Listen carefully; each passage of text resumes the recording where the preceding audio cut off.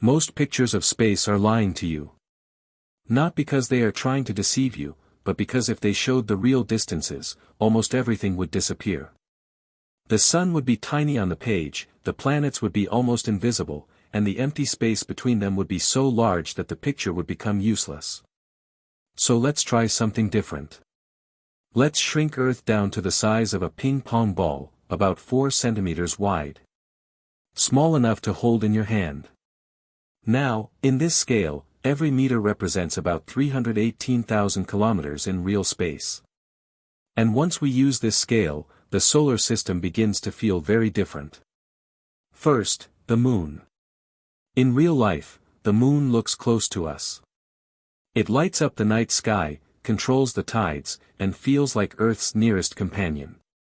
But if Earth was a ping-pong ball, the moon would be a small marble, only about 1.1 centimeters wide. And it would not be right next to Earth. It would be about 1.2 meters away. That means if Earth was sitting on a table, the moon would not be touching it. It would be more than a meter away, already separated by a surprising amount of empty space. And this is just the moon, the closest object in space that humans have ever visited. Now let's move to the sun. If Earth is 4 centimeters wide, the sun would be enormous by comparison. It would be about 4.4 meters wide. Not the size of a basketball. Not the size of a car. More like a small house. But it would not be nearby. In this scale, the sun would be about 470 meters away from Earth, almost half a kilometer. So imagine holding a ping-pong ball in your hand. That is Earth. Now imagine a glowing ball more than 4 meters wide, sitting several streets away. That is the sun. And the space between them is mostly nothing. This already shows why drawings of the solar system are so misleading. In most diagrams, Earth is placed close to the sun so we can see both at once. But in reality, even the distance between Earth and the sun is enormous compared to the size of Earth. Now let's add the other planets. Mercury would be only about 1.5 centimeters wide. Venus would be almost the same size as Earth, about 3.8 centimeters. Mars would be about 2.1 centimeters, roughly half the width of Earth in this scale. These inner planets are small, but the distances between them are still huge.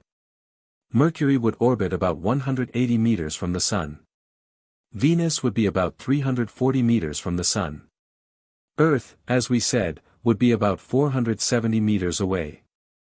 And Mars would be about 720 meters from the Sun.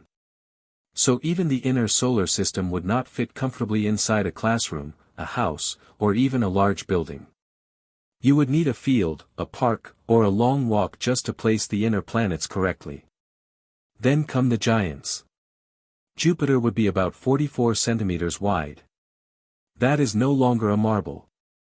That is closer to the size of a large beach ball. Saturn would be about 37 centimeters wide, with its rings stretching even farther. Uranus and Neptune would each be about 16 centimeters wide, roughly the size of a small melon. But again, the size is only half the story. Jupiter would be about 2.4 kilometers from the Sun. Saturn would be about 4.5 kilometers from the Sun. Uranus would be about 9 kilometers away. And Neptune would be about 14 kilometers from the Sun.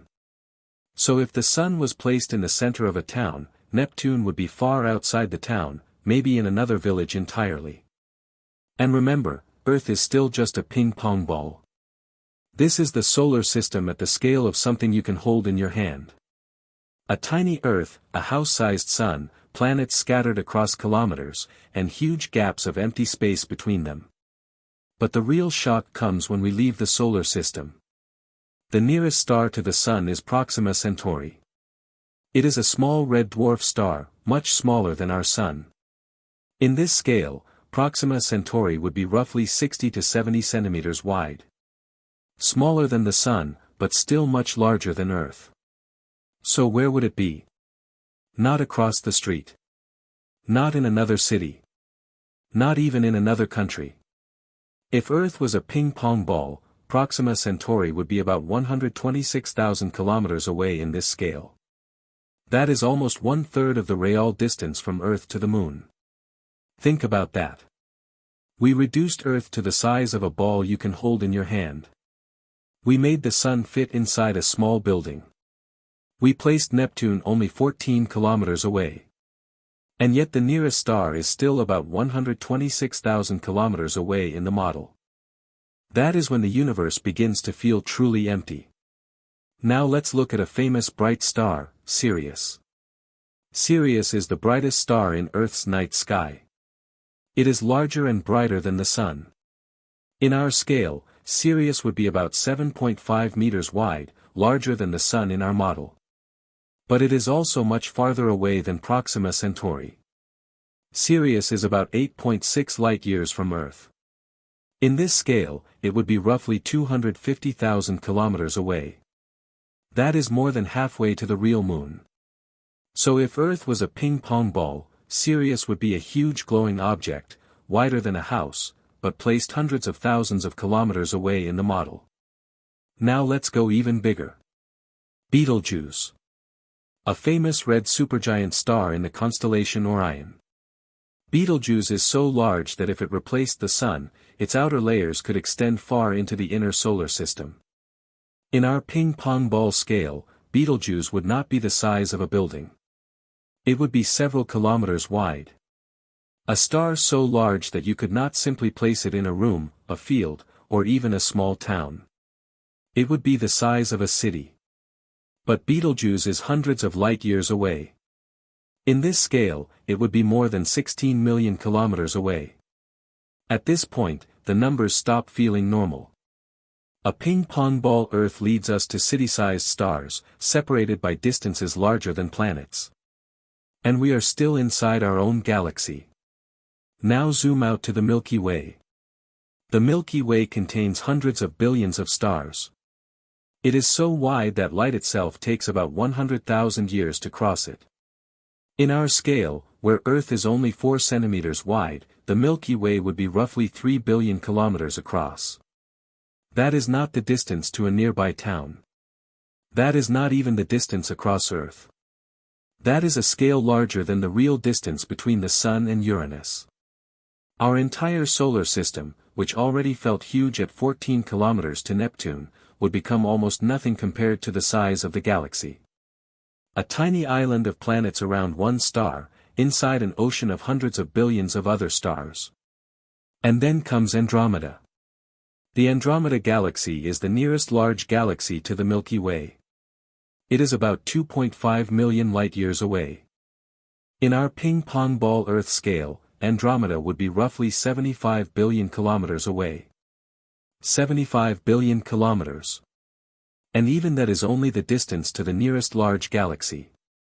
The observable universe contains billions of galaxies, each with millions, billions, or even trillions of stars. And between them are distances so large that even our scaled model becomes almost impossible to imagine. This is why space is so hard to understand. The objects are huge.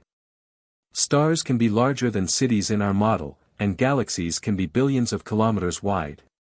And yet the distances between them are even more extreme. Space is not crowded. It is not packed with planets and stars sitting close together like objects on a shelf. It is mostly emptiness. Vast, silent, almost impossible emptiness. The solar system is mostly empty. The space between stars is even emptier. And the space between galaxies is emptier still. So the next time you see a picture of the solar system with planets lined up neatly beside the Sun, remember that it is only a diagram. A useful one, but not a realistic one. Because if Earth was the size of a ping-pong ball, the Moon would be across the room, the Sun would be several streets away, Neptune would be many kilometers away, and the nearest star would still be far beyond anything you could reach in a normal journey. The universe is not just big. It is bigger than our instincts were ever built to understand. And maybe the strangest part is this.